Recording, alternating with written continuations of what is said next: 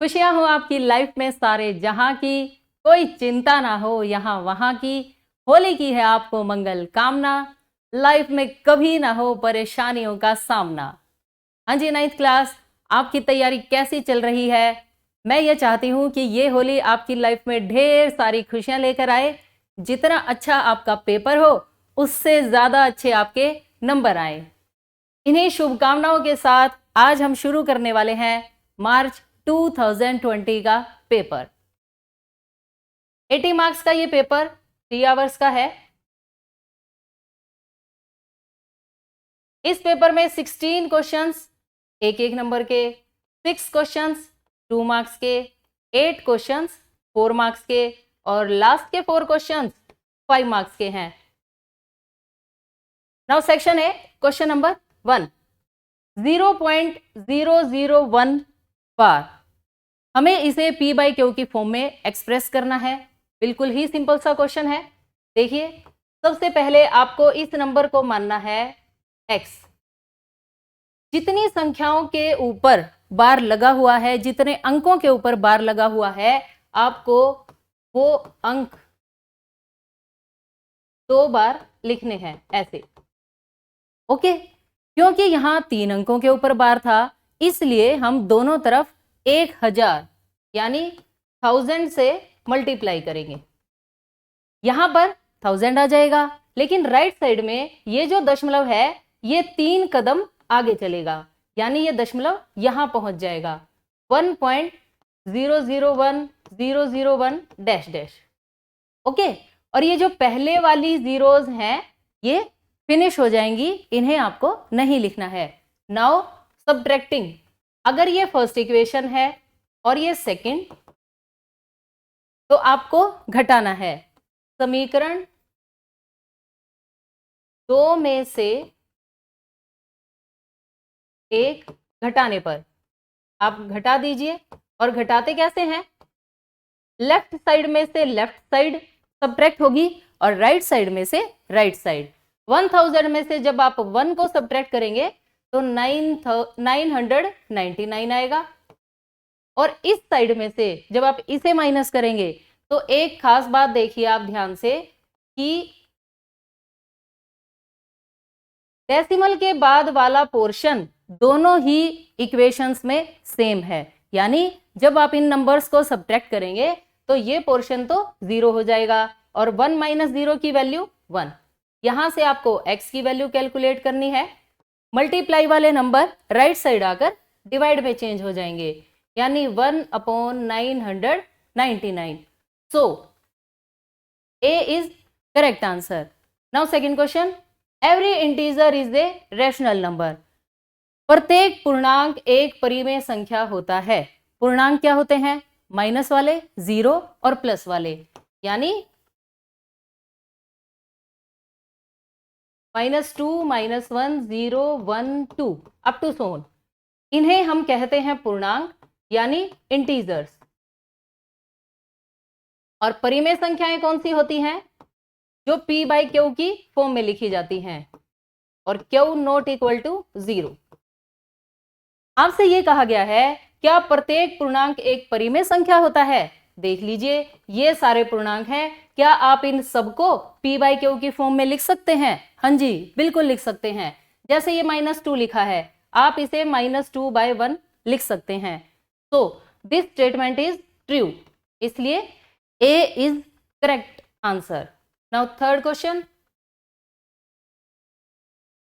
बिंदु -1, -3 कार्तीय तल के किस चतुर्थांश में स्थित है? ये क्वेश्चन आपको बहुत अच्छे से आना चाहिए। फाइनल एग्जाम आपका 10 मार्च का है और तब आपको पेपर में ये क्वेश्चन जरूर मिलेगा। -1, -3 का क्या मतलब है? x की वैल्यू -1 और y की वैल्यू -3। ये ओरिजिन होता है मूल बिंदु। x -1 यहां होगा और y का -3 यहां। यहां से आपको ऐसे लाइन बनानी है और ये पॉइंट -1, -3 है। और क्वाड्रेंट यानी चतुर्थांश, ये फर्स्ट होता है, ये सेकंड, ये थर्ड और ये fourth. It means this number lies in third, तीसरे चतुर्थांश में ये नंबर, ये पॉइंट लाई करता है। Now fourth question, which of the following algebraic expression is a polynomial. आपको ये बताना है कि इन चारों ऑप्शंस में से कौन सा ऑप्शन पोलिनोमियल है, यानी बहुपद। और बहुपद की क्या खास बात होती है कि x की पावर ना तो माइनस की होनी चाहिए और ना ही फ्रैक्शन में। तो देखिए यहाँ x की पावर फ्रैक्शन में है, रॉन्ग। यहाँ x अगर आप न्यूमरेटर में लेकर आएंगे तो ये माइनस की पावर हो जाएगी, ये भी गलत। यहाँ 3/2, ये भी गलत। ये वाला ऑप्शन बिल्कुल सही है, ये बहुपद है। कंडीशन जो है वो सिर्फ x की पावर में लगी होती है कि x की पावर ना तो फ्रैक्शन हो ना ही माइनस। 5/2 तो सही है, ये x की पावर में नहीं है, ये x का गुणांक है। Now fifth question, compare 6x + 7 with the equation this the value of a। आपको इन्हें कंपैरिजन करके a की वैल्यू बतानी है। देखिए ax + by + c, इसका कंपैरिजन किससे करना है?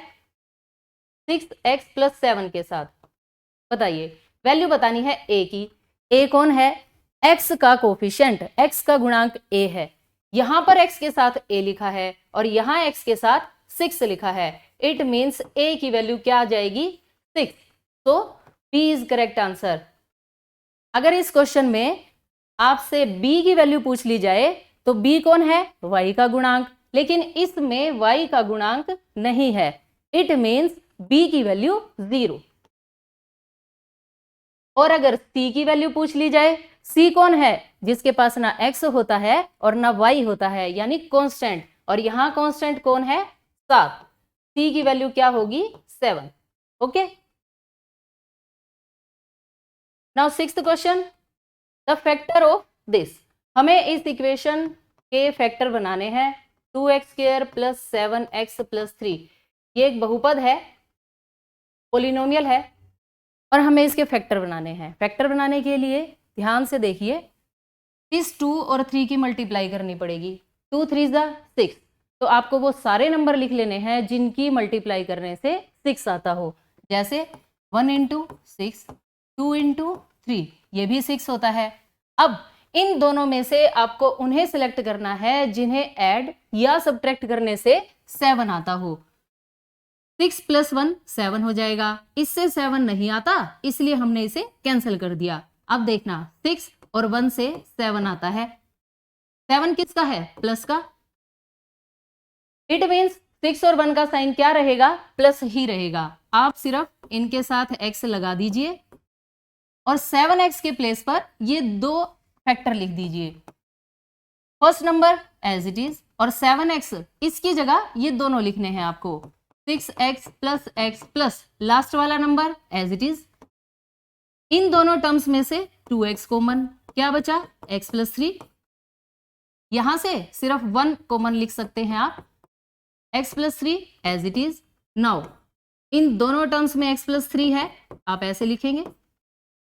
2x + 1 बच गया, आप ऐसे लिखेंगे, which is required answer. Okay, तो ऑप्शन में कौन सा ऑप्शन सही है? 2x + 1 x + 3, यानी a part is correct. Now next question, question number 7। 2 lines A parallel B and B parallel C। आपको यह बताना है कि A और C में क्या कनेक्शन है। बताइए, ये एक लाइन है, ये दूसरी लाइन है, A B के पैरेलल है। ओके। अब ये B किसी C के पैरेलल है, B पैरेलल C, ठीक है। A और C के बारे में आप क्या कह सकते हैं? A और C, क्या आपको ऐसे नहीं लग रहा कि A और C भी पैरेलल हैं? It means A parallel C, so C is correct answer. Now 8th part, question number 8. A, B, C are 3 points lies on a line. एक लाइन पर 3 पॉइंट्स हैं, A, B, C,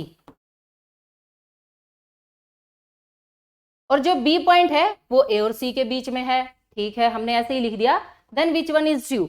आप इस line के बारे में क्या कह सकते हैं? देखिए, AB ये एक छोटा सा टुकड़ा है अगर आप इसमें इस छोटे टुकड़े को ऐड कर देंगे, इस छोटे टुकड़े में अगर आपने BC को ऐड कर दिया तो क्या ये कंप्लीट लाइन नहीं बन जाएगी?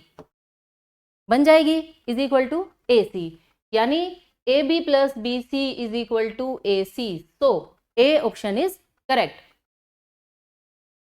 नाउ 9th पार्ट, बिल्कुल ही सिंपल क्वेश्चंस हैं। किसी त्रिभुज की ऊंचाई और आधार दे रखा है, हमें उसका क्षेत्रफल बताना है। ऊंचाई मतलब हाइट और आधार मतलब बेस, और हमें बताना है ट्रायंगल का एरिया। एरिया ऑफ ट्रायंगल, त्रिभुज का क्षेत्रफल क्या होता है? अगर आपको बेस और हाइट गिवन हो, 1/2 इंटू बेस इंटू हाइट, 1/2 गुणा आधार गुणा ऊंचाई। आपको सिर्फ ये वैल्यूज पुट करनी है और कैंसिल करना है। 2 5 जा 10, 5 5 जा 25, so answer will be 25 square centimetre, so B is correct answer. Now 10th question, the inner diameter of a circular well is 3.5 metre, it is 10 metre deep, its inner curved surface area. हमें inner curved surface area यानी वक्र पृष्ठीय क्षेत्रफल बताना है। Height हमारे पास है और डायमीटर भी। कुएं की जो शेप होती है वो सिलेंड्रिकल शेप होती है,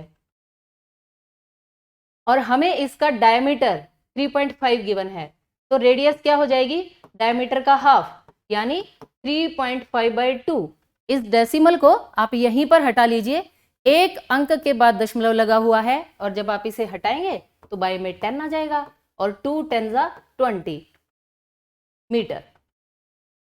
गहराई दे रखी है 10 मीटर, इट मीन्स ये इसकी हाइट है, और हमें बताना है वक्र पृष्ठीय क्षेत्रफल। वक्र पृष्ठीय क्षेत्रफल का क्या रूल होता है? 2πRH। सिर्फ वैल्यू पुट कर दीजिए, पाई की वैल्यू 22/7, R 35/20 और H की वैल्यू 10। 0 से 0 कैंसिल, 7 5 जा 35, 2 से 2 कैंसिल हो जाएगा, 22 5 जा 110 स्क्वायर मीटर। तो answer will be second part, यानी b is correct answer. Now 11th question, each angle is not right angle.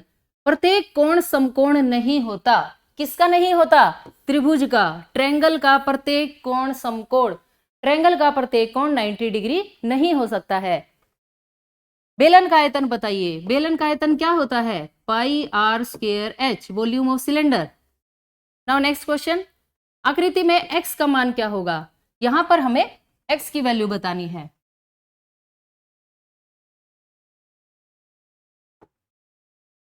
देखिए, ये है 10x, देन 4, 3, फिर x और फिर 2x। एक स्ट्रेट लाइन के ऊपर लीनियर पेयर बनता है, यानी 180 डिग्री का एंगल। इन सभी एंगल्स का सम 180 डिग्री होना चाहिए। इस क्वेश्चन में हमसे x की वैल्यू पूछी गई है, तो इसलिए हमने इन सभी एंगल्स को ऐड करके 180 के इक्वल लिख दिया। ये आ गया 20x इज इक्वल टू 180 डिग्री। मल्टीप्लाई वाले नंबर दूसरी साइड जाकर डिवाइड में चेंज हो जाएंगे। 180/20, 2 9 जा 18, इसलिए x की वैल्यू क्या आ गई? 9। Okay, so A is correct answer. Now 14 question. In a bag there are 3 red, 5 black and 4 white balls. One ball is drawn at random. What is the probability of red ball? सबसे पहले आपको ये देखना है कि bag में कौन कौन से कलर की बॉल्स हैं। 3 रेड, 5 ब्लैक, 4 वाइट। हमें प्रोबेबिलिटी बतानी है रेड बॉल की, लाल गेंद की प्रायिकता बतानी है, तो P bracket red is equal to,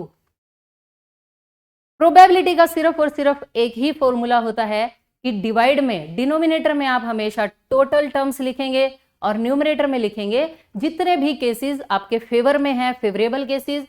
red ball कितनी है? 3, तो न्यूमरेटर में 3। टोटल बॉल्स कितनी है? 3 + 5 + 4, टोटल बॉल्स हैं 12, सो प्रोबेबिलिटी विल बी 3/12। और आप इसे लोएस्ट टर्म में भी लिखेंगे, 3 4 12, 1/4। So B is correct answer. Now 15 question, the mean of first 5 natural numbers is, पहली 5 प्राकृत संख्याओं का माध्य बताना है। तो माध्य क्या होता है? मीन। और मीन के लिए आपको ये पांचों नंबर जोड़ने हैं और इन्हें 5 से भाग कर देना है। इन सब का सम 15, और जब आप इन्हें 5 से डिवाइड करेंगे तो 5 3 जा 15, ये बीच वाला नंबर इसका मीन आ गया। तो b is correct answer. Now अर्धवृत्त का कोण होता है, आधे वृत्त में बनने वाला कोण हमेशा समकोण होता है, इस बात को आप याद रखेंगे। ये अगर अर्धवृत्त है और यहाँ पर ऐसे ये कोई कोण बन गया तो ये हमेशा 90 डिग्री होगा। अगर आप चाहे इसे बिल्कुल ऐसे किनारे पर बना लें तब भी ये 90 डिग्री है, यहां से ऐसे बना दें अभी भी ये 90 डिग्री ही रहेगा, क्योंकि अर्धवृत्त में बना कोण हमेशा समकोण होता है। और इसी के साथ आपने 16 क्वेश्चंस कर लिए हैं। Section A complete. Now section B, express this in the form of p by q where p and q are integers and q not equal to 0। ये बिल्कुल वही सवाल आ गया जो आपने सबसे पहले क्वेश्चन किया था, वो 1 नंबर का सवाल था और ये 2 नंबर का, बिल्कुल सेम वैसे ही करना है आपको। x इज इक्वल टू ये है 0.333 अप टू सो ऑन। यहां पर सिर्फ एक अंक है जो रिपीट हो रहा है, इसलिए हम दोनों साइड सिर्फ 10 से गुणा करेंगे। दोनों तरफ 10 से गुणा करने पर, क्योंकि ये क्वेश्चन 2 नंबर का है तो आपको थोड़ा प्रॉपर लिखना है इसे। दोनों तरफ 10 से गुणा करने पर, इधर जब आप 10 से गुणा करेंगे 10x, और जब इसे 10 से गुणा करेंगे तो ये दशमलव एक अंक आगे चला जाएगा ऐसे। ये है फर्स्ट इक्वेशन, ये है सेकंड इक्वेशन। समीकरण 2 में से 1 घटाने पर, अब हम इन्हें माइनस कर देंगे। लेफ्ट साइड में से लेफ्ट साइड माइनस होगी, 10 - 1 9, और राइट साइड में से राइट साइड। दशमलव के बाद वाला पोर्शन दोनों जगह सेम है, तो जब सब्ट्रैक्शन होगी तो वो 0 हो जाएगा, और 3 में से 0 माइनस होंगे 3। मल्टीप्लाई वाले नंबर दूसरी साइड जाकर डिवाइड में, 3 3 जा 9, और आंसर आएगा x का 1/3। इतना आप लिखेंगे तो आपको यहां पर 2 मार्क्स मिल जाएंगे। Okay, now third question, simplify 3 + √3 into 3 - √3। Simplification का सवाल है। यहां आपको सिर्फ एक फॉर्मूला लिखना है और तुरंत ही क्वेश्चन सोल्व हो जाएगा। a + b a - b, क्या रूल होता है इसका? a² - b²। ये है a + b, a - b। आप इसे कैसे लिख सकते हैं? a का स्क्वायर, यानी फर्स्ट टर्म का स्क्वायर, 3 का स्क्वायर, फिर माइनस सेकेंड टर्म का स्क्वायर, √3 का स्क्वायर। अब बताइए, 3 का स्क्वायर 3 3 जा 9, √3 को √3 से मल्टीप्लाई करने से सिर्फ 3 आता है। कैसे? जब आप सेम नंबर्स को मल्टीप्लाई करते हैं जिन पर अंडर लगा हुआ है तो वो कैंसल होकर सिर्फ 3 बन जाता है। या फिर आप ऐसे कह सकते हैं 3 3 जा 9, और 9 का √3, और 9 - 3 6, which is required answer. Understand? Now fourth question. If angle ABC is equal to 69 degree, angle ACB is equal to 31 degree, find angle BDC। हमें ये एंगल फाइंड करके आना है। बहुत सिंपल सा क्वेश्चन है। हमें पता है कि एक त्रिभुज के तीनों कोणों का जोड़ 180 डिग्री होता है, तो अगर ये 69 है, ये 31 है, आप ये वाला कोण ढूंढ लाइए। Okay, 69 degree plus 31 degree plus angle A is equal to 180 degree. कौन सी त्रिभुज की बात चल रही है? ABC की। त्रिभुज ABC में इनका sum 100, angle A is equal to 180 degree. Plus के नंबर राइट साइड आकर माइनस में चेंज हो जाएंगे, और जब आप 180 में से 100 को माइनस करेंगे तो कितना आएगा 80। ये तो एंगल ए की वैल्यू आ गई, लेकिन आपसे क्या पूछा गया था, एंगल BDC, ये भी 80 होगा। क्यों? क्योंकि एक ही वृत्त खंड में बने कोण बराबर होते हैं। Angles in the same segment are equal. ये एंगल भी 80 डिग्री, और इसका रीजन आप क्या लिखेंगे, एक ही वृत्त खंड में बने कोण,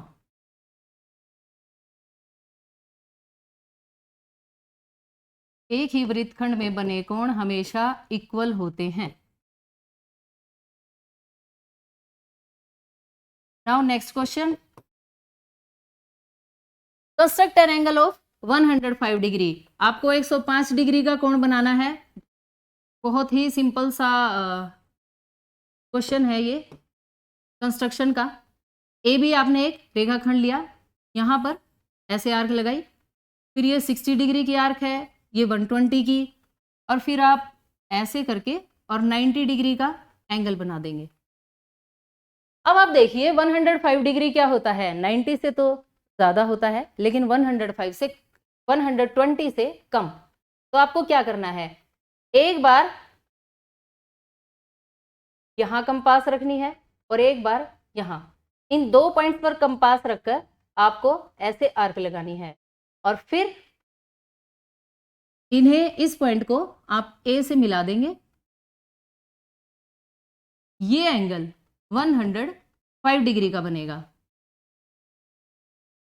यानी 90 और 120 का आपने हाफ कर दिया है। 210 का हाफ क्या होता है, 105। Understand? Now next question, question number 6, find the radius of a sphere whose surface area is 154। हमें बताना है कि स्फीयर की रेडियस क्या होगी अगर सरफेस एरिया 154 हो। तो अब बताइए, पृष्ठीय क्षेत्रफल दे रखा है गोले का, सरफेस एरिया क्या फॉर्मूला होता है, आपको याद होना चाहिए। यहाँ पर पृष्ठीय क्षेत्रफल का फॉर्मूला होता है 4πr², और हमें इसकी वैल्यू दे रखी है 154 स्क्वायर सेंटीमीटर। सबसे पहले जो गिवन होता है आपको वो लिखना होता है, और जो फॉर्मूला आपको पता है उन दोनों को इक्वेट करने से जो टर्म आपको फाइंड करनी है वो ऑटोमेटिक आ जाएगी। देखिए कैसे, पृष्ठीय क्षेत्रफल का फॉर्मूला होता है 4πr² इज इक्वल टू 154, पाई की वैल्यू 22/7, और रेडियस हमें पता नहीं है, यही तो हमें फाइंड करनी है। रेडियस कैलकुलेट करने के लिए लेफ्ट साइड में ये जितने भी नंबर हैं आर के अलावा, आप इन्हें दूसरी साइड ले जाएंगे। डिवाइड वाले नंबर दूसरी साइड जाकर मल्टीप्लाई में चेंज हो जाते हैं, और मल्टीप्लाई वाले नंबर डिवाइड में। 22 7 जा 154 और 7 7 जा 49/4, ये वैल्यू आई r² की। 49/4 को क्या लिख सकते हैं, 7/2 का होल स्क्वायर। दोनों साइड आप स्क्वायर रूट लगा दीजिए तो r की वैल्यू आ जाएगी 7/2 सेंटीमीटर। अतः लास्ट में एक लाइन आपको लिखनी है, अतः गोले की त्रिज्या 7/2 centimetre. Understand? Now 7th question, 3 सिक्कों को एक साथ 200 बार उछाला गया है तथा इनमें विभिन्न परिणामों की बारंबारताएं निम्न हैं। 200 बार 3 सिक्के उछाले गए, 3 हेड आए 23 टाइम्स, 2 चित या 2 हेड आए 72 टाइम्स, 1 चित 77, और कोई भी चित नहीं, ऐसा हुआ 28 टाइम्स। आपको प्रायिकता किसकी बतानी है वो देखिए। 2 चित आने की प्रायिकता, प्रोबेबिलिटी ऑफ 2 हेड्स बतानी है। बहुत ही सिंपल सा क्वेश्चन है, 2 नंबर के हिसाब से आप लिखेंगे। वैसे तो इसका डायरेक्ट आंसर क्या है, आपको 2 चित की प्रायिकता बतानी है, यानी 72 डिवाइडेड बाय 200, लेकिन 2 नंबर के हिसाब से कम 2 लाइन्स आपको जरूर लिखनी चाहिए। 3 सिक्के उछाले गए,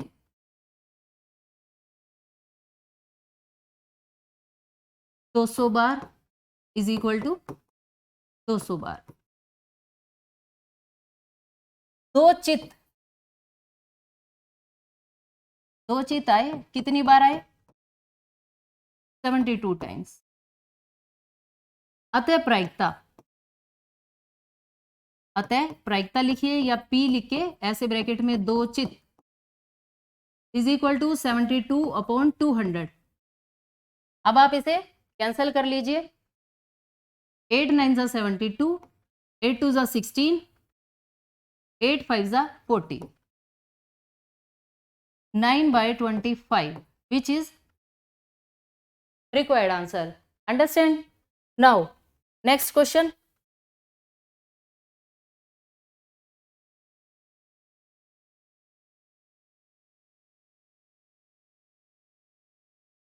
सेक्शन बी फिनिश हो गया। नाउ सेक्शन सी, इसमें हमें 4 मार्क्स वाले क्वेश्चन मिलेंगे। जल्दी से देखिए। Without actually calculating the cubes find the value of this. आपको क्यूब कैलकुलेट नहीं करने हैं, मतलब 3 बार गुणा नहीं करनी है और फिर भी आंसर लेकर आना है। कितना मतलब आपको कभी कभी ऐसे नहीं लगता कि मैथ्स में कितना मैजिक होता है कि आपको मल्टीप्लाई भी नहीं करनी और फिर आपको आंसर भी कैलकुलेट करना है। देखिए कैसे। इसके अंदर एक सिंपल सी ट्रिक लगेगी। हमें इस क्वेश्चन का आंसर बताना है 28 cube plus -15 cube plus -13 cube. आपको इनकी मल्टीप्लाई नहीं करनी कि 28 इंटू 28 इंटू 28 ऐसे ही इनकी और फिर आप इन्हें ऐड करेंगे। नो, डायरेक्ट यहाँ एक रूल अप्लाई होगा। देखिए, if a plus B plus C is equal to 0 then a cube plus B cube plus C cube is equal to 3abc। हमेशा याद रखना, अगर 3 नंबर्स का सम 0 आता है तो उनके क्यूब्स के सम के लिए आपको सिर्फ 3 into first number into second number into third number, बस इतना ही करना है। अब आप चेक कीजिए, क्या इन तीनों नंबर्स का सम 0 है? 28 -15 -13 इनका सम किया 28, दोनों कैंसिल हो गए, क्या आ गया? 0। यानी इनका सम तो 0 है।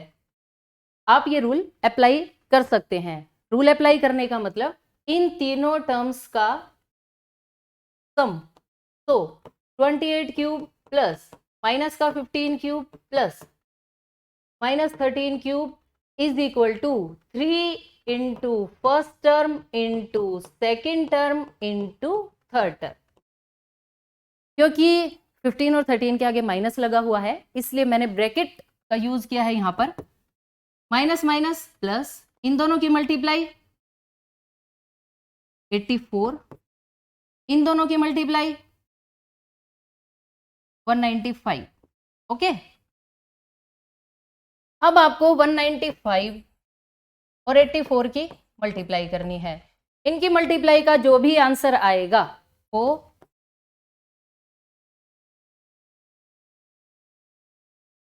16,380 यही आंसर है। ना आपने कोई क्यूब कैलकुलेट किया और बिल्कुल आराम से आपने ये चीजें कैलकुलेशन की हैं, ना ही ज्यादा स्ट्रेस हुआ कि क्या आंसर आएगा। आराम से आप मल्टीप्लाई करते जाइए, आंसर तो अपने आप ही आ जाएगा। Now question number 9, solve the equation this and represent the solution on number line and Cartesian plane। ये क्वेश्चन बहुत बार आ चुका है। बोर्ड एग्जाम्स की मैंने जितनी भी वीडियो पहले सोल्व की हैं उन सभी में लगभग ये क्वेश्चन है।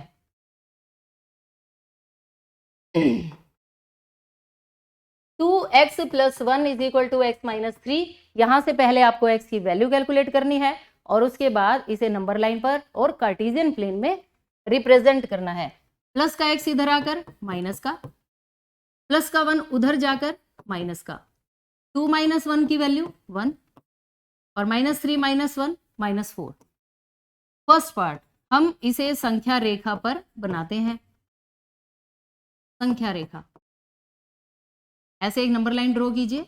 ये 0 -1 -2 -3 और ये -4। यहाँ है x इज इक्वल टू -4। बस सिर्फ इतना ही है। और कार्टेशियन प्लेन में बनाने के लिए आपको प्लेन की दो इक्वेशंस, दो एक्सिस ऐसे बनानी है। यहाँ पर है x डैश और यहाँ है y डैश। x -1, -2, -3, -4। यहाँ पर आप स्केल का यूज करके एक स्ट्रेट लाइन ड्रॉ करना और यहाँ लिख देना x = -4। बस देखिए कितना इजी क्वेश्चन है और कितने नंबर का है, 4 मार्क्स का। बिल्कुल आसान, पास होना तो बहुत आसान काम है मैथ्स में, पर पता नहीं आप ध्यान ही नहीं देते पढ़ाई की तरफ। Now question number 10, if in figure AC = BD then prove that. एक टर्म गिवन है और एक टर्म आंसर लानी है, यानी AC = BD दे रखा है, ये लाइन है A B C D। AC और BD यानी ये AC लाइन इस BD के इक्वल दे रखी है। अब बताइए कौन सा ऐसा पोर्शन है जो दोनों में है, BC। ये BC यहाँ भी है और यहाँ भी, तो दोनों साइड से आप BC को सब्ट्रैक्ट कर देंगे। ये क्वेश्चन भी कई बार आ चुका है।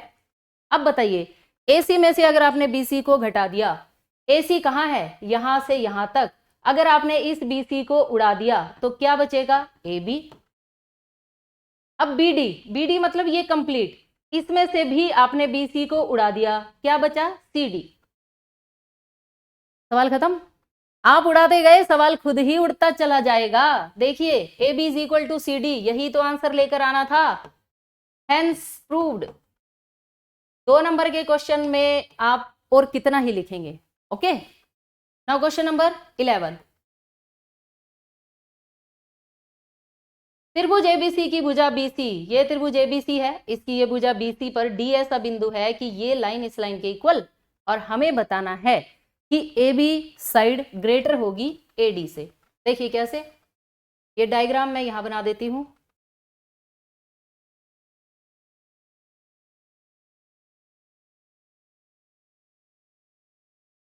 ये वाली साइड इस साइड के इक्वल दे रखी है, A B D C। Okay, अब ये क्वेश्चन है 4 नंबर का। अरे वाह, ये वाला क्वेश्चन भी 4 नंबर का था।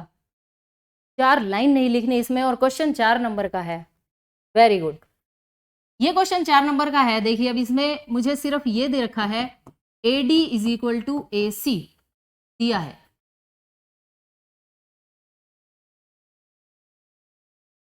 अब बताइए अगर मैं इसका नाम 1 रख दूं, इसका 2 रख दूं, तो क्या आप ऐसे कह सकते हैं कि एंगल 1 = 2?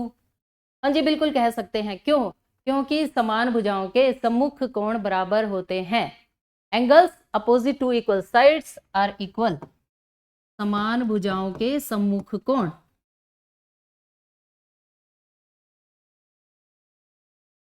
समान भुजाओं के सम्मुख कोण। अब क्या करें, एक एंगल का और नाम लिखिए यहां पर 3।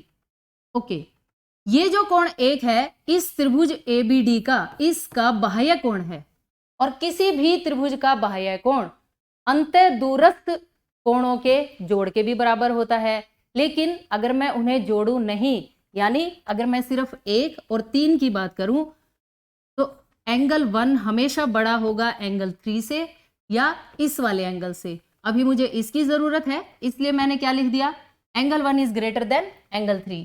और इसका रीजन आप क्या लिखेंगे, एंगल 1 त्रिभुज ABD का बहिष्कोण, बहिष्कोण का मतलब होता है बाहर वाला कोण, एक्सटीरियर एंगल। बहिष्कोण है, इसलिए कोण 1 बड़ा है 3 से, लेकिन 1 किसके बराबर है, 2 के। तो आप इस 1 को 2 से रिप्लेस कर सकते हैं। वेरी गुड, ये इतना सवाल भी हो गया। अब एंगल 2 के सामने कौन सी साइड है, ये एंगल 2 है, इसके सामने आप AD का यूज ना करें क्योंकि 2 और 3 की बात चल रही है। 2 के सामने है AB और 3 के सामने है AC। बस एक बात और आप मुझे बता दीजिए, ये AC किसके इक्वल है, AD के। अगर ये AC AD के इक्वल है तो मैं यहां AB ग्रेटर देन जो ये AC लिखा हुआ है, क्या यहां AD लिखा जा सकता है? बस, और ज्यादा स्ट्रेस लेने की जरूरत नहीं है, क्वेश्चन खत्म हो चुका है। यही तो हमें आंसर लाना था कि ए बी बड़ा है एडी से। ये देखिए A B is greater than AD. Understand? एक बार फिर से देख लीजिए, ये दोनों भुजाएं बराबर, इसलिए ये दोनों कोण बराबर, परंतु कोण एक किससे बड़ा है? कोण 3 से, एंगल 3 से। 1 को रिप्लेस कर देंगे आप एंगल 2 से, 2 के सामने ए बी, 3 के सामने ए सी, बट ए सी किसके इक्वल है? ए डी के। Understand? Now question number 12। Construct a triangle ABC in which BC is equal to 8 centimeter, angle B is this and AB minus AC is equal to this। Construction का question है, 4 number का है। बताइए अब, मतलब इतना आसान क्वेश्चन आ गया है, आपको इसकी रचना लिखनी है। सबसे पहले BC is equal to 8 centimetre, आप एक रेखाखंड खींचेंगे, B पर 45 डिग्री का कोण बनाएंगे, 60, 120, पहले आप 90 का बनाएंगे ऐसे, और फिर एक बार कंपास यहां पुट करना, एक बार कंपास यहां, ठीक है, और आर्क आप ऐसे लगाएंगे तो ये जाएगा 45 डिग्री। उसके बाद ये 3.5 सेंटीमीटर, हमने ये इतनी लंबी लाइन खींच दी, इसकी जरूरत है नहीं, यहां बस ये 3.5 सेंटीमीटर की एक आर्क लगाना बी पॉइंट से, बी से सी को मिला देना। अब इस बीसी का हाफ करना है, बीसी का हाफ, किसी भी लाइन का हाफ, जैसे इस लाइन का आपको हाफ करना हो, कंपास यहां रखकर ऐसे आर्क लगाइए, यहां रख के ऐसे लगाइए, दोनों को ज्वाइन कर दीजिए, हाफ हो गया। ऐसे ही आपको इस लाइन का हाफ करना है, तो लाइन का हाफ कैसे जाएगा? यहां और यहां कंपास रख के आपको आर्क लगानी है।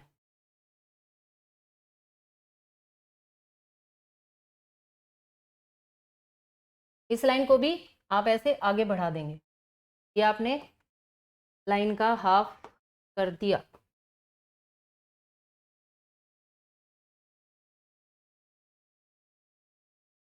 क्या आपके बोर्ड से, आपकी विजिबिलिटी से पार हो गया था? ये देखिए अब ठीक है।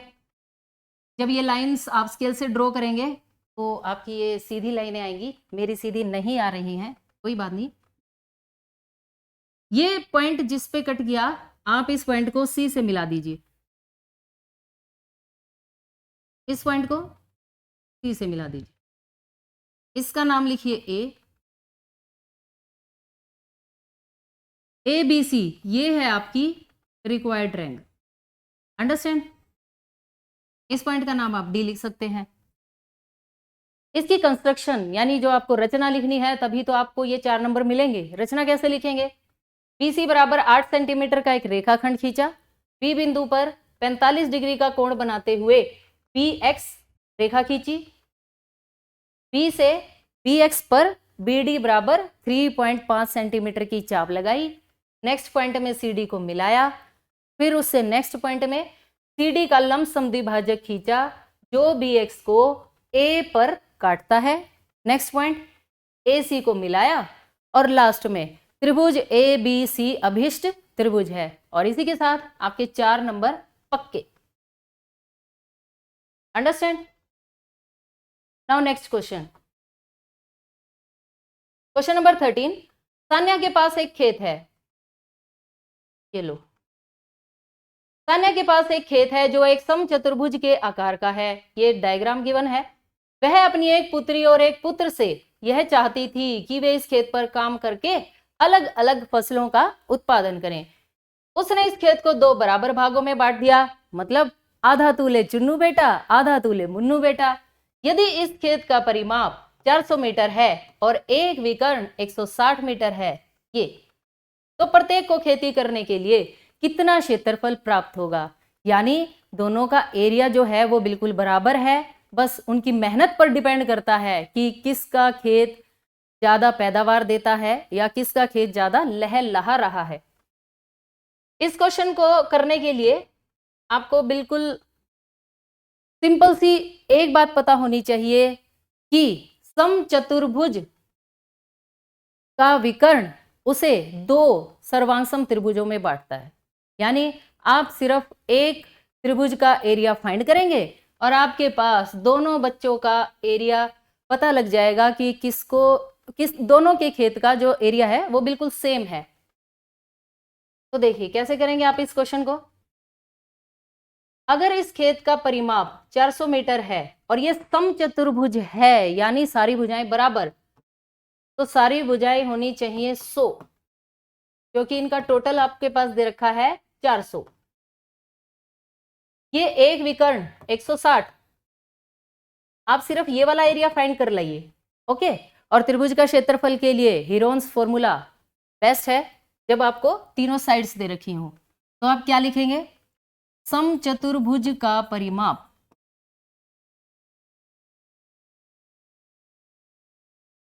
समचतुर्भुज का परिमाप दे रखा है 400 मीटर। ओके, अतः प्रत्येक भुजा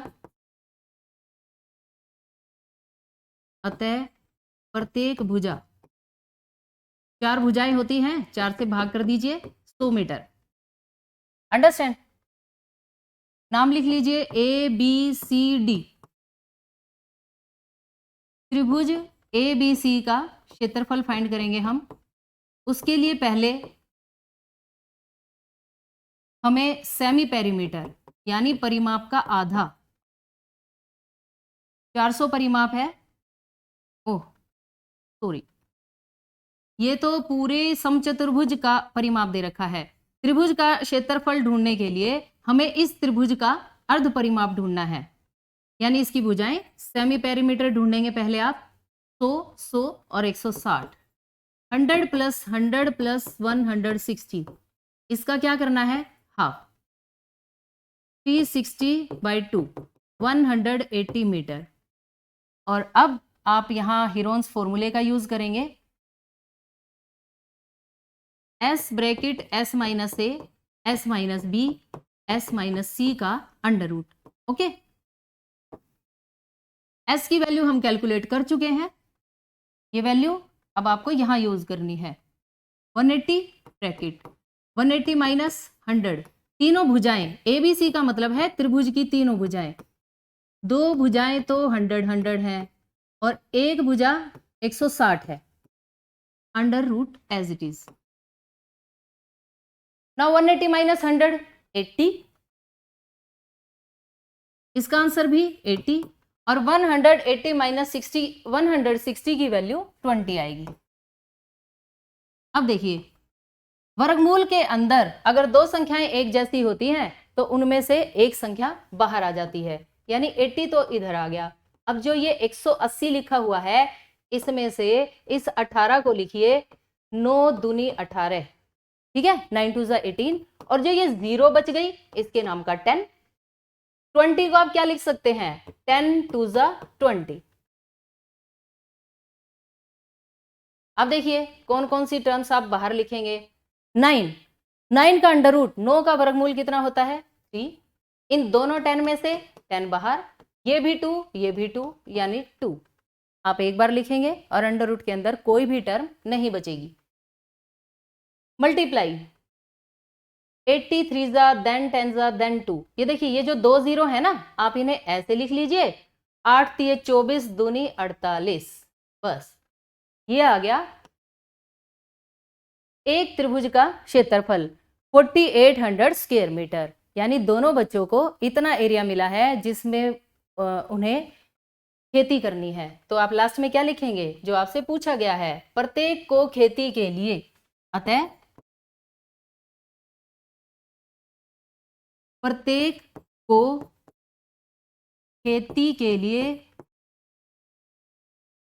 प्राप्त क्षेत्रफल। 4 नंबर का सवाल बिल्कुल आसान सवाल है ये, 4800 स्क्वायर मीटर। अंडरस्टैंड, बिल्कुल easy. Now next question, question number 14। Curved surface area दे रखा है 4.4, रेडियस 0.7, और हमें क्या बतानी है, हाइट, यानी बेलन के आधार की त्रिज्या। बेलन के आधार की त्रिज्या है 0.7 मीटर। क्या लिखेंगे आप, बेलन की त्रिज्या जो जो टर्म्स गिवन है वो लिख लीजिए। 0.7 मीटर। उसके बाद हमें दे रखा है वक्र पृष्ठीय क्षेत्रफल, कर्व्ड सरफेस एरिया। वक्र पृष्ठीय क्षेत्रफल की वैल्यू है 4.4 स्क्वायर मीटर। हाँ जी, बेलन का वक्र पृष्ठीय क्षेत्रफल आप भी एक फॉर्मूला जानते हैं, 2πRh। 2πRh को आप यहां लिखिए इज इक्वल टू 4.4 लिखिए। जो जो वैल्यूज आपको पता है पुट कर दीजिए। पाई के प्लेस पर 22/7, आर की वैल्यू 7/10। जब आप इसका डेसिमल हटाएंगे तो 7/10 आएगा। एच की वैल्यू कैलकुलेट करने के लिए ये 7 से 7 कैंसिल कर दीजिए और फिर डिवाइड वाले नंबर दूसरी साइड जाकर मल्टीप्लाई में और मल्टीप्लाई वाले नंबर डिवाइड में। 4.4 को पहले आप लिखिए 44/10। ओके, 10 डिवाइड में है, मल्टीप्लाई में चला गया। 2 इंटू 22 मल्टीप्लाई में यानी न्यूमरेटर में है, ये डिवाइड में चले जाएंगे ऐसे। 10 से 10 कैंसल, 22 2 ज़ा 44, 2 1 ज़ा 2। ये तो सारी टर्म्स कैंसिल हो गई, यानी सिर्फ क्या बचा 1। ये तो वही हो गया खोदा पहाड़ और निकली चुईया। हाइट आई सिर्फ 1 मीटर। कोई बात नहीं, आंसर ठीक होना चाहिए, आंसर गलत नहीं होना चाहिए। इतनी सारी मेहनत की हमने और आंसर इतना छोटा सा आ गया, कोई बात नहीं। लास्ट में आप क्या लिखेंगे, अतः बेलन की ऊंचाई is equal to 1 metre. Understand. Now question number 15। The record of a weather station shows that out of the past 250 consecutive days, मौसम का जो पूर्वानुमान लगाते हैं उन्होंने क्या बात नोट की कि 250 लगातार दिनों तक उन्होंने जो वेदर के बारे में फोरकास्ट की थी, जो बताया था कि हाँ आज आंधी आने वाली है, बारिश आएगी, धूप निकलेगी, उनमें 175 बार, 250 दिनों में से 175 बार उनकी भविष्यवाणी बिल्कुल सही थी। हमें प्रोबेबिलिटी बतानी है। What is the probability that on a given day it was correct and it was not correct? Again probability का क्वेश्चन है, आपको सिर्फ 2 बातें पता होनी चाहिए कि आपके फेवर में कौन है और टोटल कितना है। तो टोटल नंबर ऑफ डेज, कुल दिन है 250। क्योंकि ये 4 नंबर का सवाल है, कम से कम आपको 4 लाइन तो लिखने की कोशिश करनी ही चाहिए, नहीं तो प्रोबेबिलिटी के सवाल बिल्कुल आधी लाइन के भी नहीं होते। कुल दिन 250 और आपसे ये कहा गया है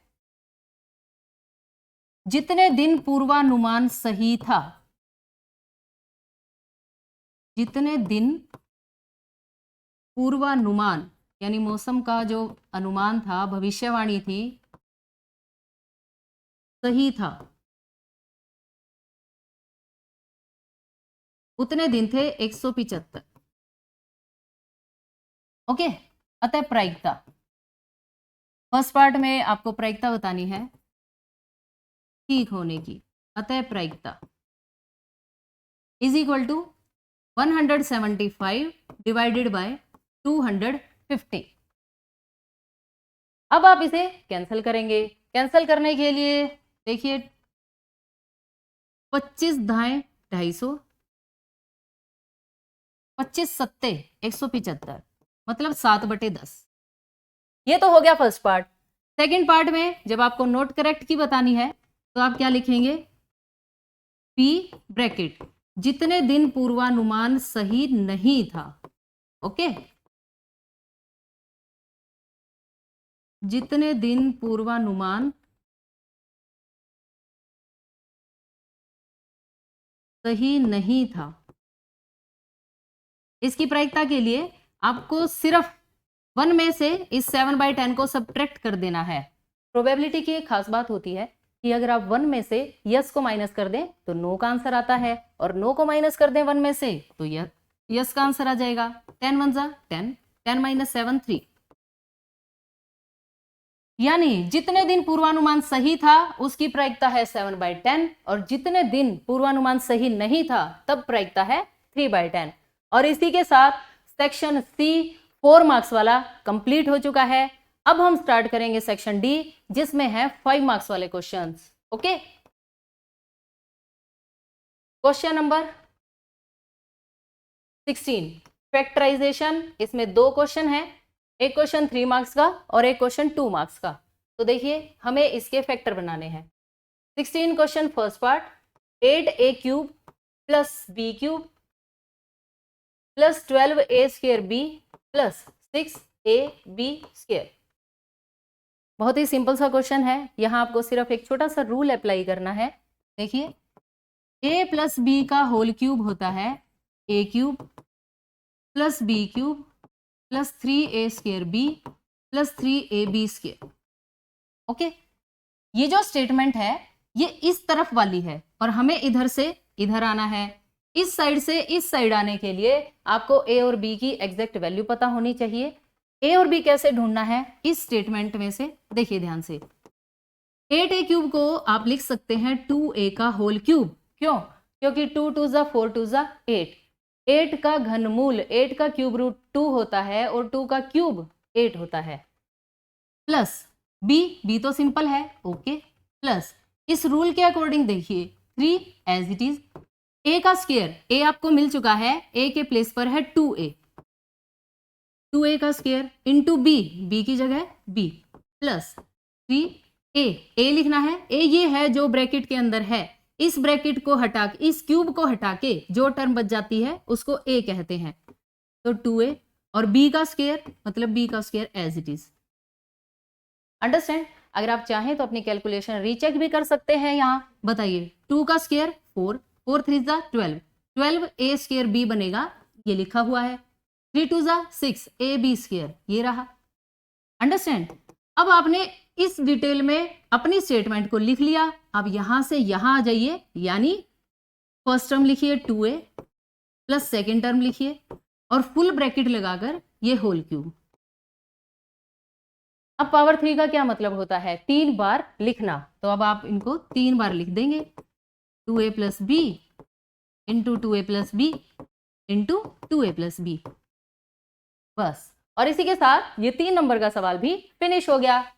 सेकेंड पार्ट देखिए, 103 और 107 की मल्टीप्लाई करनी है।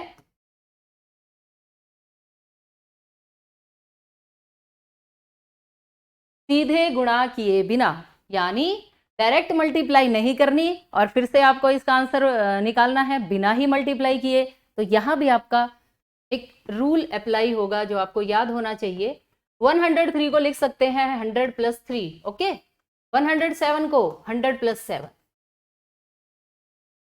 हाँ जी, रूल कौन सा याद होना चाहिए पता है आपको? x plus A X plus B is equal to X square plus A plus B into X plus A B. ये रूल यहां पर अप्लाई होगा, ओके। इसका मतलब है दोनों टर्म अगर सेम हो, दो ब्रैकेट में फर्स्ट टर्म अगर सेम है, दूसरी टर्म ए और बी, देखिए 100 100 और ये 3 ये 7। इसका मतलब है x की वैल्यू 100, a की वैल्यू 3, b की वैल्यू 7। ये वैल्यू आप यहां पुट कर दीजिए। 100 का स्क्वायर a प्लस बी यानी 3 plus 7 into X plus a into B यानी 3 इंटू 7। 100 का स्क्वायर आपने लिखा ये, 7 प्लस 3 10। यहां पर x के प्लेस पर आपको x की वैल्यू लिखनी है जो कि 100 है। 10 इंटू 100 1000, 7 3 जा 21। जब आप इन्हें ऐड करेंगे तो 11,021 आएगा और इसी के साथ ये 2 नंबर का सवाल भी पूरा हो गया। अंडरस्टैंड? अब इस 16 क्वेश्चन की चॉइस में हमारे पास एक दूसरा क्वेश्चन है।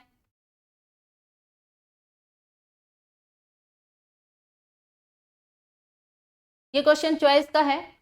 Find the remainder when this is divided by this. ध्यान से देखिए, फिर से मैथ्स का मैजिक आ गया है। यहां पर ये कहा गया है कि अगर x cube minus a x square, x cube minus a x square plus 6x minus a को अगर x माइनस ए से भाग कर दिया जाए तो शेषफल बताना है। 2 नंबर का सवाल है और अगर आप इसे लंबे वाली भाग करेंगे तो बहुत बड़ी भाग हो जाएगी। तो फिर एक ट्रिक यूज करते हैं। रिमाइंडर थ्योरम, शेषफल थ्योरम ये कहती है कि अगर किसी बहुपद को रैखिक बहुपद से भाग कर दिया जाए तो जो शेषफल होता है ना वो होता है पी ए। देखिए पी ए का क्या मतलब है, पोलिनोमियल को, बहुपद को कहते हैं पी एक्स, और आपको इसे x माइनस ए से भाग करना है। तो आप क्या करें, पहले इस x माइनस ए को 0 के इक्वल लिख लीजिए, यहां से x की वैल्यू बता दीजिए और x की इस वैल्यू को इससे रिप्लेस कर दीजिए। ये होता है पी ए। जहां जहां x वहां वहां आपको a लिखना है, a क्यूब, ये a तो पहले ही लिखा हुआ है, यहां बन गया a का स्क्वायर, 6a माइनस a, जितने x उतने a, बाकी स्टेटमेंट एज इट इज। अब बताइए a को जब आप a स्क्वायर से मल्टीप्लाई करेंगे तो गुणा करते वक्त क्या होता है, अगर आधार एक जैसे हो तो घातें जुड़ जाती हैं, बेस अगर सेम है तो पावर्स ऐड हो जाएंगी और a की पावर 2 + 1 3, 6a में से जब आप a को माइनस करेंगे तो 5a आएगा, ये दोनों टर्म्स कैंसल और ये आंसर। देखो हमने भाग भी नहीं की और फिर भी हमें शेषफल पता है कि अगर x माइनस ए से आप इसे भाग करेंगे तो शेषफल आएगा 5a। अंडरस्टैंड? ये क्वेश्चन था 2 नंबर का और नेक्स्ट क्वेश्चन है 3 नंबर का।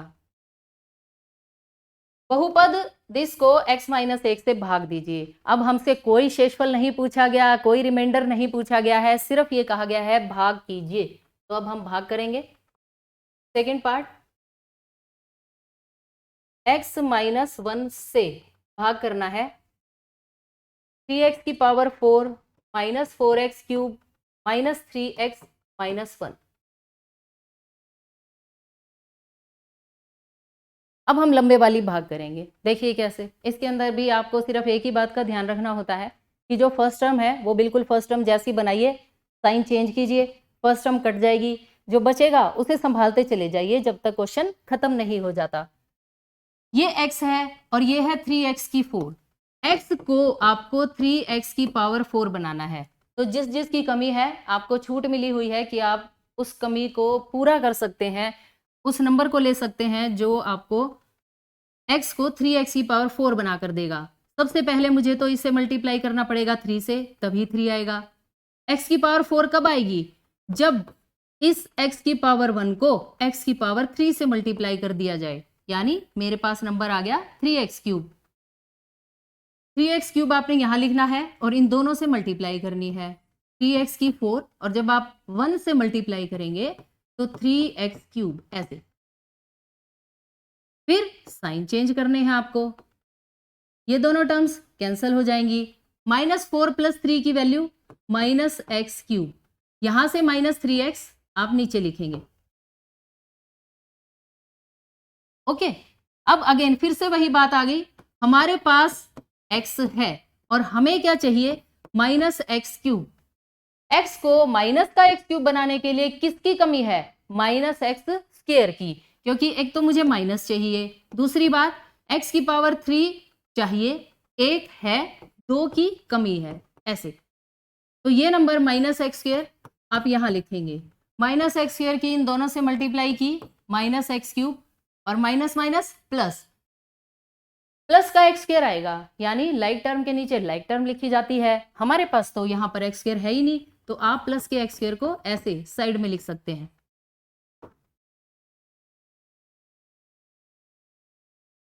अब साइन चेंज, ये प्लस ये माइनस, ये दोनों टर्म्स कैंसिल।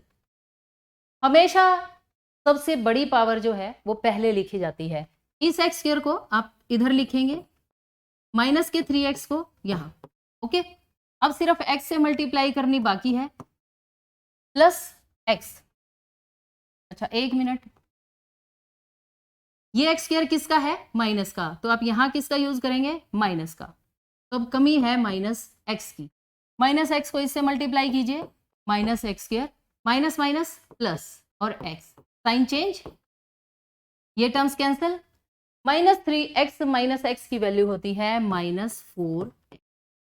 अभी -1 बचा हुआ है, यहां लिखेंगे आप -1। अब बताइए x है और माइनस का 4x चाहिए, यानी किसकी कमी है, -4 की, -4 आप यहां लिखेंगे। -4 की इससे multiply -4x, minus minus plus 4,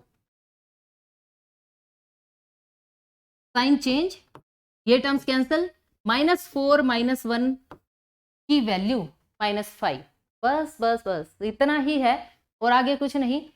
3 number का ये सवाल है, हमें भाग करनी थी और हमने भाग कर दी, ये भाग ऐसे होती है, understand. Now next question, question number 17, ये भी 5 मार्क्स का क्वेश्चन है, इसमें भी हमारे पास ये चॉइस है। तो पहले हम ये वाला क्वेश्चन देखते हैं। हमीद ने अपने घर के लिए ढक्कन वाली एक घनाकार पानी की टंकी बनवाई है जिसका प्रत्येक बाहरी किनारा 1.5 मीटर लंबा है। घनाकार शेप की टंकी है और उसकी भुजा जो है वो 1.5 मीटर है। वह इस टंकी के बाहरी पृष्ठ पर तली को छोड़ते हुए 25 सेंटीमीटर भुजा वाली वर्गाकार टाइलें लगवाता है। यदि टाइलों की लागत 360 रुपए प्रति दर्जन है तो उसे टाइल लगाने में कितना खर्चा होगा। बिल्कुल सिंपल सी बात है। इस रूम को समझ लीजिए कि ये घनाकार टंकी है और हमें यहाँ पर बेस में कोई टाइल नहीं लगवानी, इसकी चारों भुजाएं और इसकी रूफ जो इसकी छत है वहां पर टाइल लगवानी है। शेप कौन सी है? घन, घन यानी वर्ग। वर्ग का क्षेत्रफल क्या होता है? भुजा गुणा भुजा। यहां पर आपको जितने हिस्से में टाइल लगवानी है उसका क्षेत्रफल कैलकुलेट करना पड़ेगा। टाइल का कैसे पता लगेगा? घन का वक्र पृष्ठीय क्षेत्रफल यानी चारों भुजाओं का और एक छत का। आप इसे कैसे समझ सकते हैं कि हमें इस घनाकार टंकी के 5 फेसिस पर टाइल लगवानी है और एक फेस का एरिया क्या है? ए स्क्वायर। 5 फेसिस का 5a स्क्वायर। ठीक है, उसके बाद हम इस कॉस्ट के हिसाब से टोटल कॉस्ट कैलकुलेट कर देंगे। देखिए कैसे। क्वेश्चन नंबर 17, घनाकार टंकी की भुजा side of cubical water tank is equal to 1.5 metre. अच्छा एक बात और देखिए ध्यान से, यहां पर जो टाइल का साइज है वो है 25 सेंटीमीटर और ये है 1.5 मीटर। तो आपको यूनिट्स जो है वो सेम पहले ही कर लेनी चाहिए। 1 मीटर में 100 सेंटीमीटर होते हैं, तो 1.5 मीटर के सेंटीमीटर बनाने के लिए आप इसे 100 से मल्टीप्लाई कर देंगे।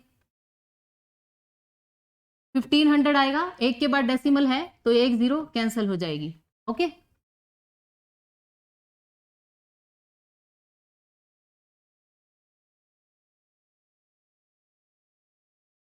टाइल लगवाने योग्य क्षेत्रफल, वो क्षेत्रफल है 5 फेसिस का यानी 5a स्क्वायर। इसे आप ऐसे भी कह सकते हैं कि टंकी का वक्र पृष्ठीय क्षेत्रफल यानी 4a स्क्वायर प्लस रूफ का क्षेत्रफल 4a स्क्वायर में जब आप a के स्क्वायर को ऐड करेंगे तो 5a स्क्वायर ही बन जाएगा। और भुजा जो है वो ये है यानी 5 इंटू 150, ये एरिया है तो स्क्वायर सेंटीमीटर। कैलकुलेट करने की कोई ज़रूरत नहीं है कि आप 150 इंटू 5 करें, रुक जाइए, अभी रुक जाइए। अब जो टाइल है उसकी भुजा दे रखी है, एक टाइल का क्षेत्रफल, क्योंकि टाइल कैसी है? वर्गाकार है और 25 सेंटीमीटर है तो एक टाइल का क्षेत्रफल होगा 25 into 25। No need to multiply, हमें बतानी है टाइलों की संख्या। टाइलों की संख्या, एक बात सुनिए आप ध्यान से, यहां एक दीवार है और अगर आपको यह पता लगाना हो कि उस दीवार में कितनी ईंटें लगी हैं तो आपको कुछ नहीं करना, सिर्फ पूरी दीवार का एरिया फाइंड कीजिए, एक ईंट का एरिया फाइंड कीजिए, दोनों को डिवाइड कीजिए, दीवार में जितनी ईंटें लगी होंगी उनकी काउंटिंग आ जाएगी, उनकी संख्या आ जाएगी। ऐसे ही टाइलों की संख्या कैलकुलेट करने के लिए ये जो क्षेत्रफल है जहां पर टाइल लगनी है, टाइल लगवाने योग्य जो क्षेत्रफल है, अगर आप इसको डिवाइड कर देंगे एक टाइल के क्षेत्रफल से तो आपके पास टाइलों की संख्या आ जाएगी। ओके, कैंसिल कीजिए, 5 5 दा 25, 5 3 दा 15, 0, जब आप इसे कैंसिल करेंगे तो कितना आएगा? ये तो पूरा कैंसिल नहीं हो रहा, कहाँ गलती हो गई? यहां गलती हो गई। 5a² लिखा है, लेकिन मैंने तो सिर्फ एक ही साइड लिखी। यहां पर आपको एक बार और लिखना है 150। ओके, 5 इंटू साइड, यानी 5 इंटू 150 इंटू 150। इसका मतलब यहां पर एक 150 और आएगा, एक 150 और आएगा। ये 30 आपका ठीक था जो भी। अब आप इसे कैंसिल करेंगे, 25 5 जा 150 और 30 और 5 की मल्टीप्लाई कर लीजिए 180। इसका मतलब है कि 180 टाइल लगेंगी। अब जो कॉस्ट दे रखा है उस हिसाब से कैलकुलेट कर लेते हैं। 360 रुपए प्रति दर्जन, यानी 12 टाइल का कॉस्ट दे रखा है।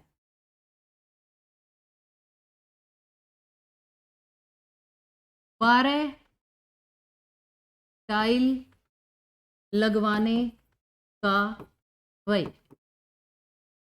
कॉस्ट ऑफ 12 टाइल्स है ₹360। एक टाइल लगवाने का कम के लिए डिवाइड करेंगे, लेकिन टाइलें हैं कितनी? 180। 180 टाइल लगवाने का खर्चा, इस नंबर को 180 से मल्टीप्लाई कर देंगे। Understand?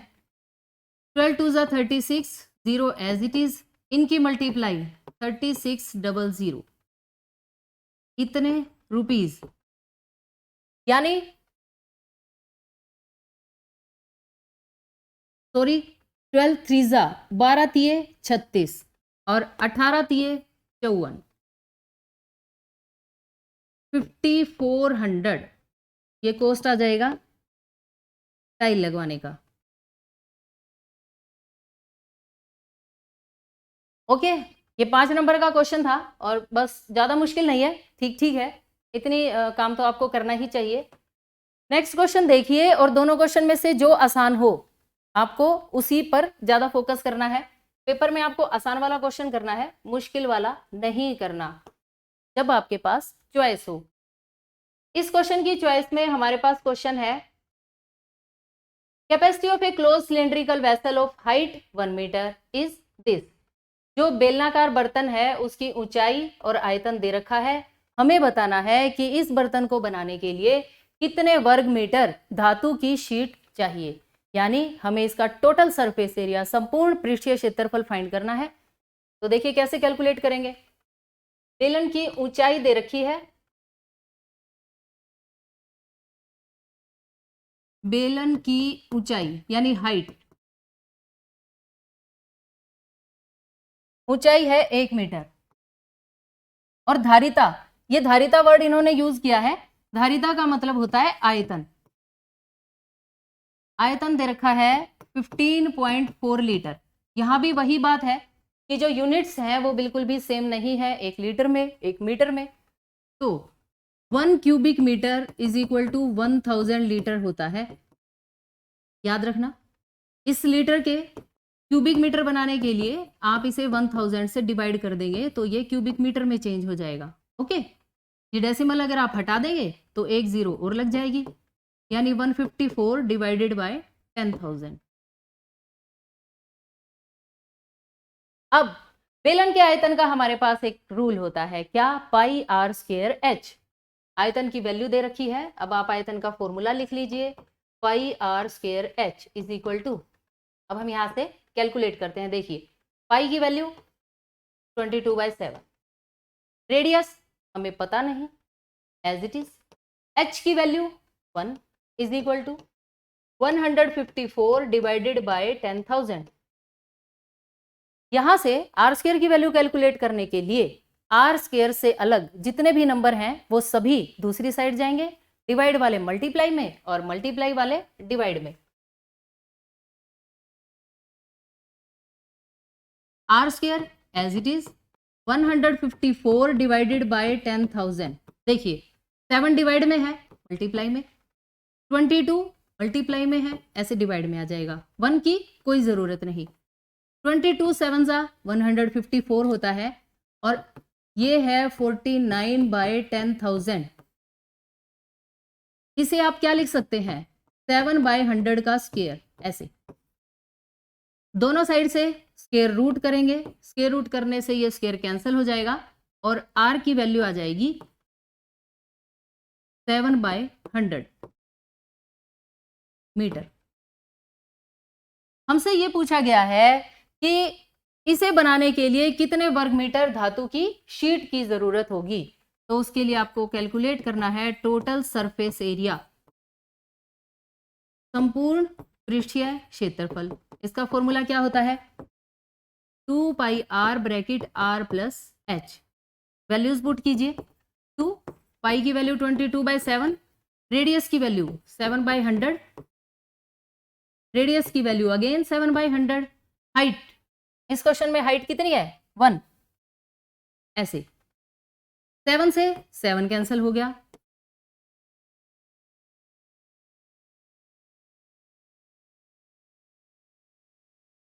2 × 22 44 divided by 100 as it is.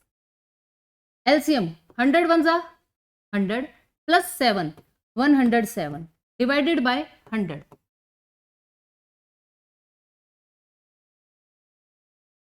अब आपको इसे 2 से कैलकुलेट नहीं करना है कि 2 2 जा 4, 2 2 जा 4, 2 5 जा, नो।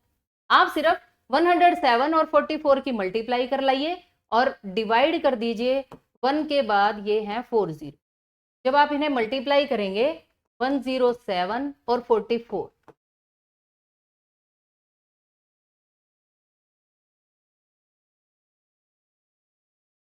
4708। और अब आप 4 डिजिट्स के बाद डेसिमल लगा लीजिए, 1 2 3 4, यहां से काउंट करेंगे 1 2 3 4 डेसिमल 0। इतने स्क्वायर मीटर धातु की शीट की जरूरत होगी। और इसी के साथ ये क्वेश्चन भी खत्म हो गया। Okay, now question number 18। ये एक प्रमेय है, अगर आपने प्रमेय नहीं रिवाइज की है फिर तो आप इस क्वेश्चन को बिल्कुल नहीं कर पाएंगे। ध्यान से देखिए, यदि एक त्रिभुज और एक समांतर चतुर्भुज एक ही आधार और एक ही समांतर रेखाओं के बीच स्थित हो तो सिद्ध कीजिए कि त्रिभुज का क्षेत्रफल समांतर चतुर्भुज के क्षेत्रफल का आधा होता है। सवाल वैसे तो आसान है, लेकिन प्रमेय को करने का जो तरीका होता है कि आपको पहले लिखना है दिया है, फिर साध्य, फिर रचना, फिर प्रमाण, ये सारी चीजें आपको अच्छे से लिखनी है। स्टेटमेंट में से ही ये 3 चीजें, दिया है, साध्य तो आप स्टेटमेंट में से ही लिखते हैं, रचना आपको खुद पता होनी चाहिए कि अगर आपने ये प्रमेय पहले कर रखी होगी तो आपको पता होगा कि रचना होगी इस प्रमेय में या नहीं होगी। देखिए कैसे, त्रिभुज एबीपी और समांतर चतुर्भुज एबीसीडी। देखिए त्रिभुज ए पी बी, ये वाली त्रिभुज और समांतर चतुर्भुज है एबीसीडी। ये वाली त्रिभुज और ये समांतर चतुर्भुज एक ही आधार, दोनों का आधार एक है AB, और एक ही समांतर रेखाओं AB और PC के बीच स्थित हैं। ये AB और ये PC, ये तो है गिवन। और जो हमें आंसर लेके आना है वो क्या है, एरिया ऑफ APB। इस त्रिभुज का एरिया लेके आना है क्या, half of area of ABCD। इस समांतर चतुर्भुज के एरिया का हाफ लेके आना है। तो इसमें थोड़ी सी कंस्ट्रक्शन है। क्या, इस AP के समांतर आपको B पॉइंट से एक रेखा खींचनी है BE पैरेलल AP, ये आपको ड्रॉ करनी है। प्रमाण में देखिए, हम जानते हैं कि समांतर चतुर्भुज का विकर्ण उसे 2 सर्वांगसम त्रिभुजों में बांटता है। समांतर चतुर्भुज का जो विकर्ण होता है वो समांतर चतुर्भुज को 2 बराबर क्षेत्रफल वाले त्रिभुजों में बांटता है, क्योंकि त्रिभुजें अगर सर्वांगसम होती हैं तो उनका क्षेत्रफल भी बराबर होता है। आप देखिए, ये एक समांतर चतुर्भुज है, ये एक विकर्ण है, तो जितना एरिया इसका उतना एरिया उसका। अंडरस्टैंड नाउ, इन दोनों त्रिभुजों का एरिया APB और EBP का एरिया इक्वल होगा। अब देखिए, ये भुजा इस भुजा के समांतर दे रखी है, ये भुजा इस भुजा के समांतर by construction, it means ABEP ये एक समांतर चतुर्भुज है। ओके, अब देखिए, क्या ये वाली भी एक समांतर चतुर्भुज है? ये भी एक समांतर चतुर्भुज है। कहां से? ये दे रखी है, ABCD एक समांतर चतुर्भुज है। हमें एक बात का पता है, क्या दो समांतर चतुर्भुज हैं, आधार उनका सेम है, तो उन दोनों समांतर चतुर्भुजों का क्षेत्रफल भी क्या होगा? बराबर होगा। तो इसलिए हमने क्या लिखा? ABEP एक समांतर चतुर्भुज है, ABCD एक समांतर चतुर्भुज है, दिया है, इसलिए दोनों का एरिया इक्वल होगा। रीजन आप लिखेंगे, एक ही आधार और एक ही समांतर रेखाओं के बीच स्थित समांतर चतुर्भुज क्षेत्रफल में क्या होते हैं? बराबर। अब दोनों तरफ 2 से आप डिवाइड कर देंगे, 1/2 1/2, बाकी की term as it is. Understand? सवाल खत्म हो चुका है। Half of area of ABCD जो हमें प्रूव करना था, उसकी राइट साइड तो यहाँ है, और लेफ्ट साइड में देखिए ABEP का अगर हाफ कर दिया जाए, ABEP देखिए ABEP, अगर आपको इसका हाफ करना है तो हाफ ये वाली त्रिभुज भी है और ये वाली, लेकिन मुझे आंसर में कौन सी लेनी है? एरिया ऑफ APB, यानी आप ये लिखेंगे,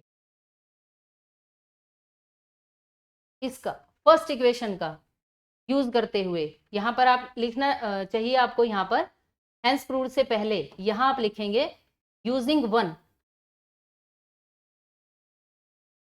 कि आपने 1/2 एरिया ऑफ दिस को एरिया ऑफ APB लिख दिया। कहां से लिख दिया? यूजिंग 1, ये रहा हाफ होता है, हाफ को आप ऐसे लिख सकते हैं। हेंस प्रूव्ड पर में याद करने की होती हैं, इनमें जो भी रिजल्ट यूज होते हैं वो अगर आपको अच्छे से याद है तो आप उन्हें अप्लाई भी अच्छी तरह कर पाएंगे। नाउ नेक्स्ट क्वेश्चन, नीचे दी गई सारणी में 400 नियोन लैंपों के जीवन काल दिए गए हैं, ये घंटे हैं और ये लैंपों की संख्या। आयत चित्र की सहायता से हमें ये सारी सूचनाएं निरूपित करनी है। और सेकंड पार्ट में कितने लैंपों के जीवन काल 700 घंटों से ज्यादा हैं? तो कुछ नहीं, सिंपल आपको ग्राफ बनाना है। ग्राफ बनाने के लिए आप क्या करेंगे?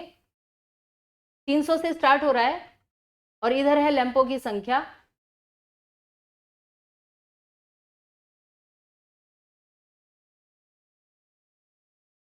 देखिए ये मैंने यहाँ पर ग्राफ को थोड़ा सा ब्लिंक्ड बना दिया है। क्यों?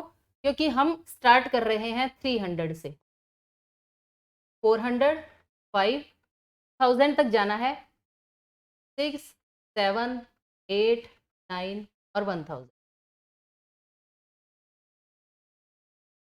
ब्लिंक इसलिए किया क्योंकि यहाँ तो सब में 100 का डिफरेंस है, 100 का डिफरेंस है, लेकिन यहाँ 0 से डायरेक्ट 300 का हो गया।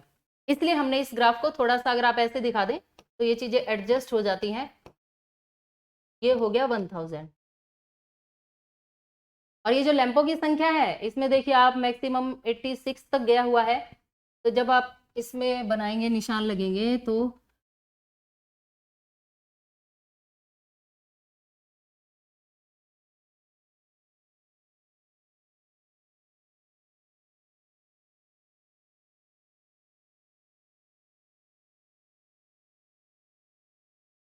टेन, 20, 30, सर अब देखिए 300 to 400 में 14, ये 300, ये 400, 14 क्या होगा? 10 और 20 के बीच में 15 और उससे थोड़ा सा नीचे ऐसे, यहाँ आपको 14 लिखना है। 400 to 500 में 56, 56 कहाँ होगा? 50 और 60 के बीच में। जब आप इसे ग्राफ पेपर पर बनाएंगे तो ये बहुत अच्छे से बनता है। 56, 56 भी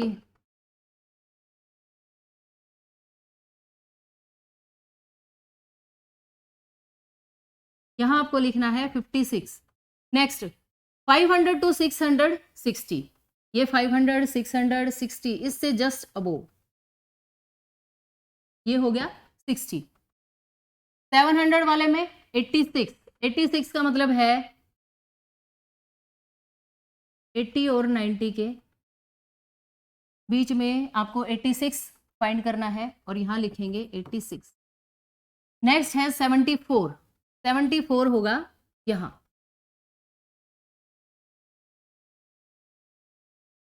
नेक्स्ट है 62, 60 से सिर्फ थोड़ा सा ऊपर 2 पॉइंट। एंड देन 48, 50 से जस्ट बिलो, ये है 48। इसे हम कहते हैं हिस्टोग्राम यानी आयत चित्र। बस सिर्फ आपको इतना ही बनाना है। और सेकंड पार्ट में ये कहा गया है कि कितने लैंप ऐसे हैं जिनका जीवन काल 700 घंटों से ज्यादा है। 700 घंटों से ज्यादा का मतलब है ये 700 से अबोव वाले। तो सेकंड पार्ट में आप क्या लिखेंगे, जितने लैंप जिनका जीवन काल 700 घंटों से अधिक है।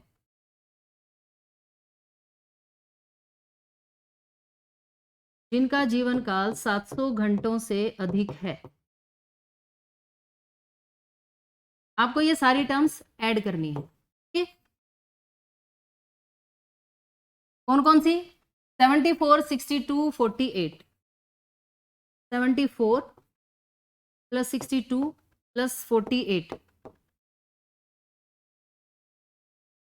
जब आप इन नंबर्स को ऐड करेंगे तो कितना आएगा? 74, 62, 48, 184।